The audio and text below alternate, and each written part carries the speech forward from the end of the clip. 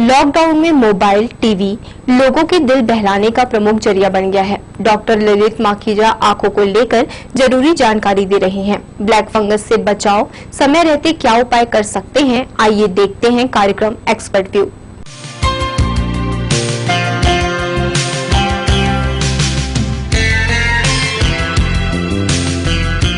आँख के बारे में लिखना हो या बोलना हो तो बड़ा ही सुंदर और मीठा ही कहा जाता है। चाहे वो कवि हो या फिल्मों में उसका चित्रण हो, हमेशा ही आंखें बड़ी ही नर्म, मुलायम, सॉफ्ट, सुंदर, इन शब्दों के साथ इसे बयान किया जाता है। और इसके चिकित्सक जो होते हैं वो भी इसे लेकर बहुत सजग होते हैं। उनके अपने जो पेशेंट होते हैं उन्हें वैसा ही परामर्श और दवाइयाँ दी जाती है। अटपटा नहीं लगा होगा एक्सपर्ट व्यू में मैं हूं आपके साथ दिलीप जगवानी। आप देख रहे हैं लोकसवर टीवी। बात करते हैं शहर के वरिष्ठ नेत्र रोग विशेषज्ञ डॉक्टर ललित माखीजा से। वो बताएंगे आंखों के बारे में और इस कोविड काल में क्या कुछ चल रहा है, चिकित्सक की भूमिका कैसी हो रही है। आपका स्वागत है सर इसका। नमस्कार दिलीप भाई। और ये कोविड काल जो रहा है पूरे विश्व के लिए बहुत कठिन समय रहा है, पर इस कोविड काल से हमने बहुत कुछ सीखा है। कोविड काल में हमने ये देखा है कि जिससे शहर बनता है, जिन मज़दूरों से, उन मज़दूरों को हम खाना न खिला सके, उनको घर वापस जाना पड़ा। हमने कोविड काल में ये देखा है कि जितनी ज़रूरत की चीज़ें हमारी, स्वच्छ हवा, स्वच्छ पानी, ताज़ा खाना, अन्न, फल, सब्जी, दूध सब गाँवों से आता है, और उस गाँव के बदले शहर गाँव वालों को क्या देता वो भी हमने देखा है। तो एक चीज़ हमने ये देखी है कि इस कोविड कठिन काल में कौन किसके लिए क्या किया। दूसरा, कोविड काल में हमने ये देखा, कोविड को तो हम अपने देश में आने से रोक नहीं पाए, पर जब वो हमारे देश में आया तो हम अब उससे लड़ने की हमने अपनी क्षमताओं को खोजा है। जहाँ हमारे पास मास्क और पीपी किट नहीं बनते थे, आज हम निर्यात करने की पोजीशन में हैं। तो ये हमने अपनी क्षमताओं को खोजा है। कोविड काल में हमने ये देखा है कि जिसको हम पहले प्रशासन और पॉलिटिक्स को सबसे ऊपर रखते थे, आज हमने देखा कि समाज बहुत अच्छे से आगे आके किया है काम। जो पुराने समय में चलता था कि स्कूल, कॉलेज, हॉस्पिटल समाज द्वारा बनाए जाते थे, आज विगत दशकों से हम ये देख रहे हैं कि इन सब चीज़ों के लिए हम प्रशासन पे और राजनीति पे निर्भर हो गए हैं। तो वो हमारी जो क्षमता थी, सामाजिक क्षमता, वो सामने उभर के आई। कितने सारे संगठनों ने कितना भरपूर सहयोग दिया है वो दिखा है। बस मेरी एक गुजारिश ये है कि जिस तरह से हमने अभी काम किया है, बिना महामारी के, बिना कठिन समय में भी समाज उस तरह से एकजुट होकर अपने देश, अपने शहर, अपने प्रांत के लिए कार्य करेगा, तो हमको कहीं किसी के पास ज़रूरत नहीं पड़ेगी। समाज अपने आप में सक्षम है पूर्ण तरह से परिवर्तन लाने के लिए। ये बात क्षमताओं की है। और जहाँ तक बात की है डॉक्टर ललित माखीजा ने कि हमारा जो एकजुटता है, जो हमारी संभावनाएं जो है हमारे आसपास, एक बात और ये देखने को मिली है इस कोविड पीरियड में कि खाली वक्त मिला है तो आंखों पर जोर पड़ रहा है। चाहे वो पढ़ने के मामले में, टीवी देखने के मामले में, मोबाइल, आप तो आपसे छुपा नहीं है, कुछ ऐसे पेशेंट भी आते होंगे।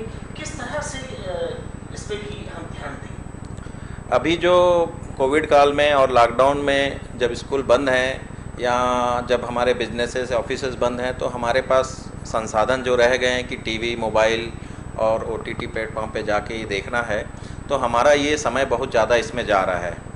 तो उसमें एक सबसे बड़ी समस्या आती है आंखों की ड्राइनेस की। आंखों की ड्राइनेस क्या होता है कि जब हम ब्लिंक करते हैं, आंख को बंद करते हैं, पलक बंद करते हैं, तो हर पलक बंद करने के साथ एक आंसू की लेयर बन जाती है आंख के ऊपर। पर जब हम कोई डाटा देखते हैं या मीडिया देखते रहते हैं तो हम बहुत देर तक ब्लिंक नहीं करते अपनी आँख को, जबकि हमको हर 1 मिनट में 12 से 15 बार ब्लिंक करना रहता है। तो जब ब्लिंक करते हैं तो नई टीयर फिल्म बनती है, और ब्लिंक नहीं करते तो जो टीयर फिल्म रहती है वो 8-10 सेकंड में सूखने लगती है। खास करके तब जब हमारा AC चल रहा है, AC में ह्यूमिडिटी 0 रहती है, ड्राई एंड कूल इन्वायरमेंट रहता है, तो एवापोरेशन ज़्यादा होता है, पानी सूखने लगता है। और जब पानी सूखता है तो जो वातावरण और आँख के बीच एक लेयर थी, प्रोटेक्टिव लेयर आंसू की, वो नहीं रहती, और वातावरण के जो पॉल्यूशन है वो सब हमारे आँख में डायरेक्ट टच होता है। तो बहुत समय तक ऐसा होने से आँखों में ड्राइनेस आते हैं। उससे बचने का उपाय ये कि हम 15-20 मिनट के बाद 2-3 मिनट का रेस्ट लें मीडिया से। ये मीडिया मतलब ये स्क्रीन से टाइम लें, वॉलंटरी ब्लिंक करें। और एक चीज़ और हो गई है कि कोविड काल में हमने अपने आँखों को डर के मारे छूना छोड़ दिया है। तो जब भी हम नहाते हैं, चेहरा धोते हैं, तो थोड़ा सा आंखों पे मसाज एक्शन रहे, क्योंकि मसाज करने से जो लिड्स में ग्लैंड्स होती हैं वो प्रॉपर एक्टिव रहती हैं।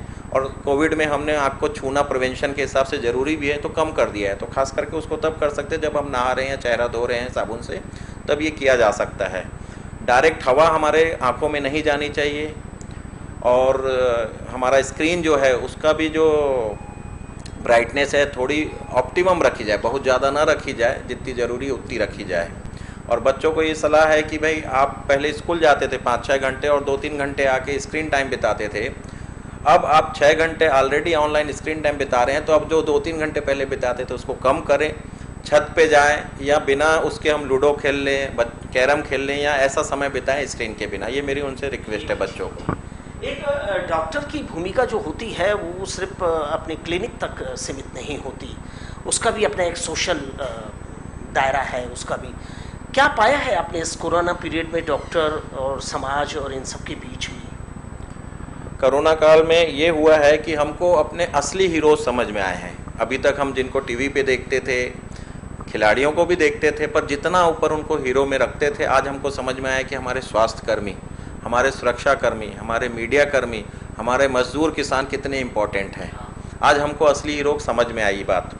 तो और दूसरा कि कोविड काल में हमने देखा कि लोगों ने कितने अच्छे कोऑर्डिनेशन से काम किया है। मैं अपने आप को लकी मानता हूँ कि बिलासपुर का मैंने देखा है कि हमारे कलेक्टर साहब स्वयं डॉक्टर हैं, हमारे एसपी साहब जो आईआईटी से हैं, और हमारे एसडीएम साहब, इन्होंने इतना बेहतरीन कोऑर्डिनेशन किया है, आप इमेजिन नहीं कर सकते। और डॉक्टरों और स्वास्थ्य कर्मियों का बहुत उत्साहवर्धन हुआ है। मैं अपनी पर्सनल बात कर रहा हूँ, जब भी हम मीटिंग में गए हमारा हमेशा वहाँ उत्साहवर्धन हुआ है कि हम वंडरफुल जॉब कर रहे हैं और हमारे काम करने की इच्छा बढ़ी है। तो अच्छे प्रोफेशनल और समझदार अगर प्रशासनिक अधिकारी हैं तो टीम वर्क वंडरफुल होता है। शुरू में ही नोडल ऑफिसर बना दिए गए। आपकी अगर कोई शिकायत है हॉस्पिटल संबंधित, या हॉस्पिटल को कोई शिकायत है, मरीजों या किसी सिलेंडर नहीं मिल रहा, ऑक्सीजन नहीं मिल रहा है, तो आपने नोडल ऑफिसर कर दिए, किसी चीज़ की हौच पौच नहीं हुई। हमने फ़ोन किया कि ऑक्सीजन नहीं मिल रहा है, तो हमने देखा कि एसडीएम साहब सुबह रात को 2 बजे तक एजेंसी में है जहाँ से ऑक्सीजन सप्लाई होता है, और सुबह 8 बजे भी वहीं दिख रहे हैं। तो वंडरफुल जॉब हुआ, खासकर बिलासपुर के लिए तो मैं कहता हूँ। तो टीम वर्क से आप बड़ी से बड़ी कठिनाइयों को पार कर जाते हैं। पर हर समय कठिनाई ही जरूर नहीं, टीम वर्क अच्छे कामों के लिए भी होनी चाहिए, कठिनाई पार के लिए नहीं होनी चाहिए। तो हम ऐसा सामंजस्य आगे भी बना के रखें छोटी छोटी चीज़ों के लिए भी, तो हमारा बिलासपुर बहुत तरक्की करेगा। बहुत सारी अच्छी बातें हो रही है, लेकिन इस बीच हमारे साथ एक दुर्भाग्यपूर्ण बात और जुड़ रही है ब्लैक फंगस की। इसको लेकर के भी काफ़ी तैयारियां चल रही हैं जिला प्रशासन की, स्वास्थ्य विभाग की। ब्लैक फंगस को थोड़ा सा हम लोगों को समझाएं, डिफाइन करें क्या है, कैसे बचें। पहले तो मैं सभी सामान्य जनों को ये बता रहा हूँ कि ये ब्लैक फंगस कोई नई बीमारी कहीं से नहीं आई है। ब्लैक फंगस हमारे घर में हमेशा से रहा है। किसी ब्रेड पे फफूंद लगते हुए देखिए आपने, वो ब्लैक फंगस है।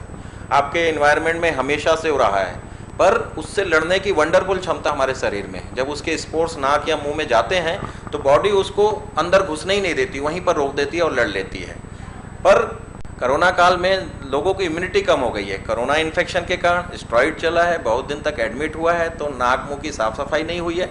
तो ये जो पहले स्पोर्ट्स नाक मुंह में जाते थे और उसका हमारा डिफेंस सिस्टम उसको वहीं खत्म कर देता था, अब वो उसी पोजीशन नहीं रही है।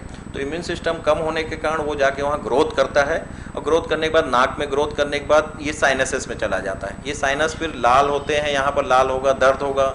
अगर ये और बढ़ा तो ये आँख की हड्डी को क्रॉस करके आँख के पीछे चला जाता है, जिससे आँख सामने आने लगती है, पलक गिरने लगती है, जिसको बोलते हैं आंखों में सूजन आ गई है।